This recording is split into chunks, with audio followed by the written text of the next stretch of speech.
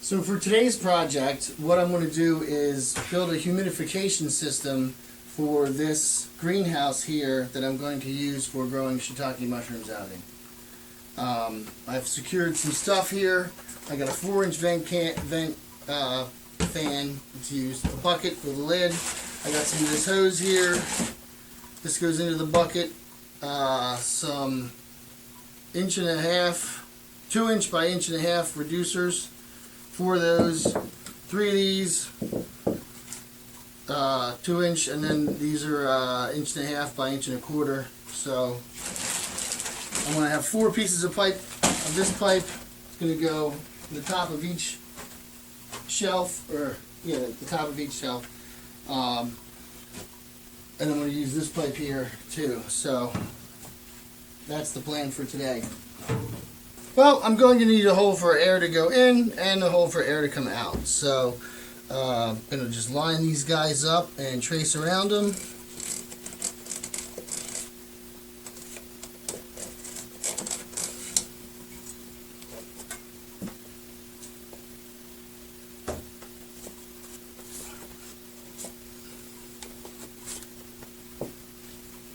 Now to make my cuts, I'm just going to use my Dremel tool here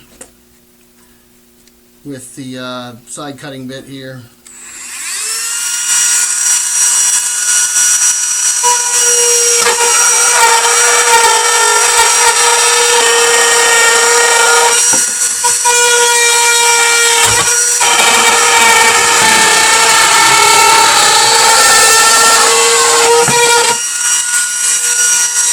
Well, it's a good thing that there's such thing as caulk, and looks like that'll fit.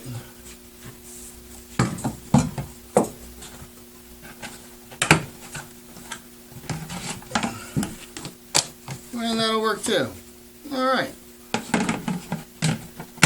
So first, to secure this guy here, just going to put him through the hole here, and then just bend all these tabs down.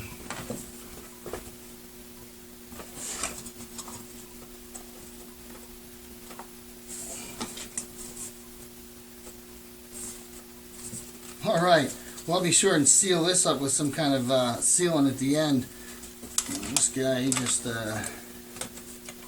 thought he was just supposed to push onto there.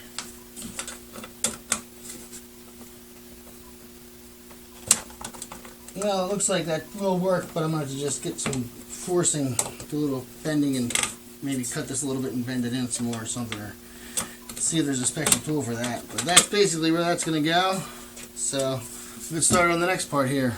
Alright, so now to build the manifold piece. So I'm just going to kind of mock it up here, but I know for sure that these fittings here are going to go into these adapters here. So I can assemble these, and now I can kind of put it together on the bench and get an idea of how it's going to look and how big I'm going to have to make everything, because I don't have an official plan yet as far as one that's in writing. Okay, so here's what I come up with. This piece here comes out of the top, and then these 2 pieces get linked to this, and then these guys go there and there. Or do I do it like this? Will that save space? I don't know. But first, I'm going to have to clean these edges up, so I'm going to use this deburring tool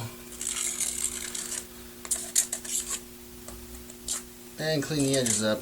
I just use my bandsaw to cut this, so it's a little rough. And now I'm not going to use any glue on this because I want to be able to change it and modify it, and it's only going to be a little bit of air and moisture blowing through it. It doesn't really need to be glued together. So let's see here.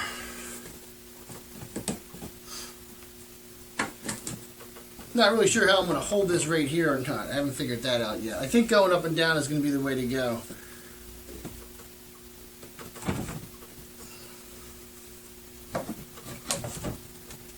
I'm going to put it like this. These ones can kind of go to the lower 2, and then these ones can go to the upper 2. Just kind of coming together here, coming together here. Of course, so with the pond fogger is going to go inside this. This makes it float at the right height. You stick the water inside here, and this just floats in the water and goes down and keeps it pond fogging the whole time. So not much more than drilling one more hole in here to install this.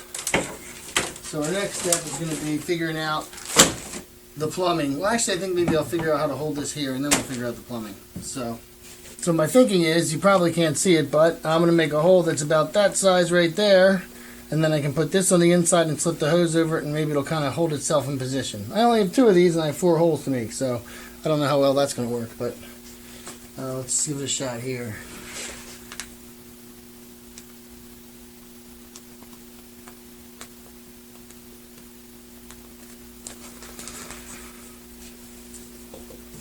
Alright, of course I've just cut the wire here, or the hose, to fit. That's a little tight there. I guess it's... okay. So that doesn't fit very well. I guess you gotta cut the hose to lengths then, maybe? Maybe you have to cut each piece right there in order for it to fit right. So I guess I'll recut that hose and try again. Okay, trying this again. Now, they only have these like every 6 feet or so, so there's going to be a lot of leftover hose. But maybe then it'll make the pressure balance like when you put headers in a car. And then that will push right into there. Just like that. And then I'll repeat that step 4 times. It's going to be a mess with hoses, but we'll see how it looks. Okay, so here it is. This is just really wacky and crazy, and it looks very bizarre and cumbersome, and it seems like I'm going to have to rethink this. If I use the fittings, then I have to have it really long and cumbersome, so I think I'm going to drop the fittings. And it seems like this is going to get pulled a lot, so I'm going to try and come up with some way, maybe using zip ties to secure this a little bit better to the frame, so I can also get it pointed in the right direction because it's not really pointed in the right way. So I'm going to go back to the drawing board with the hoses here, but I like the setup. Looks like it's going to work. I just have to iron out a couple of kinks. So I'm going to do some thinking and we'll see what we come up with. After a bunch of trial and error, this is what I came up with the manifold. I've zip tied the manifold to the frame of this because the bucket, it just didn't work out good, and I wanted to make the bucket easy to detach. So all I have to do to take the bucket off is just, I can just unplug this, and then I can take the bucket and wash it or whatever, and then just plug it back in and hook the thing back up again. So, basically, I just put a couple short pieces of pipe in between these guys, a short pipe in between here, and then I got my 4 outlets coming out here, and next I'm going to run the pipes in and kind of zip tie them in place, so that everything's kind of attached to this and not to the bucket, and then we'll see how it looks after that. Now I'm running my line to the manifold into the here. Pretty simple. And, just kind of eyeball it up a little bit, cut it.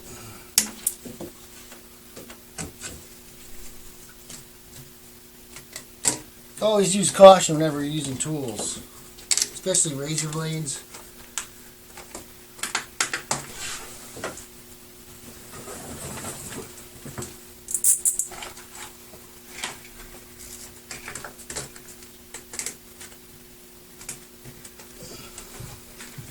I'm just going around with a zip tie here.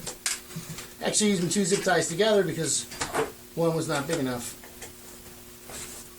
Just gonna zip tie that guy in place. There we go. Man, I'll just repeat that process for all of them. So here it is, a little less crazy. It's still not the most handsome thing in the world, but it does exactly what I need to do. Alright, we'll take a closer look here. So the fan goes in here, blows air into the bucket. Inside the bucket there's going to be water and a pond fogger. Pond fogger is going to generate steam, or not steam but mist, which is humidity. Then that's going to pump up this pipe into here.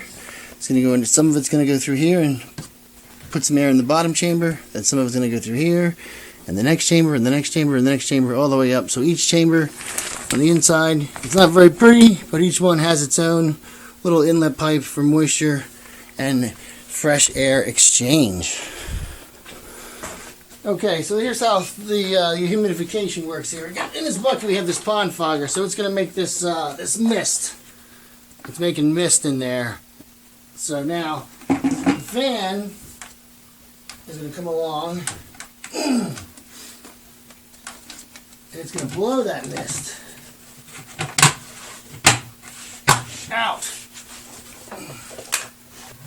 So, fan goes on, mist comes out here.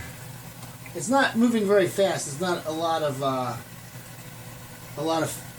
volume of air, but we're really not too concerned with the volume of air.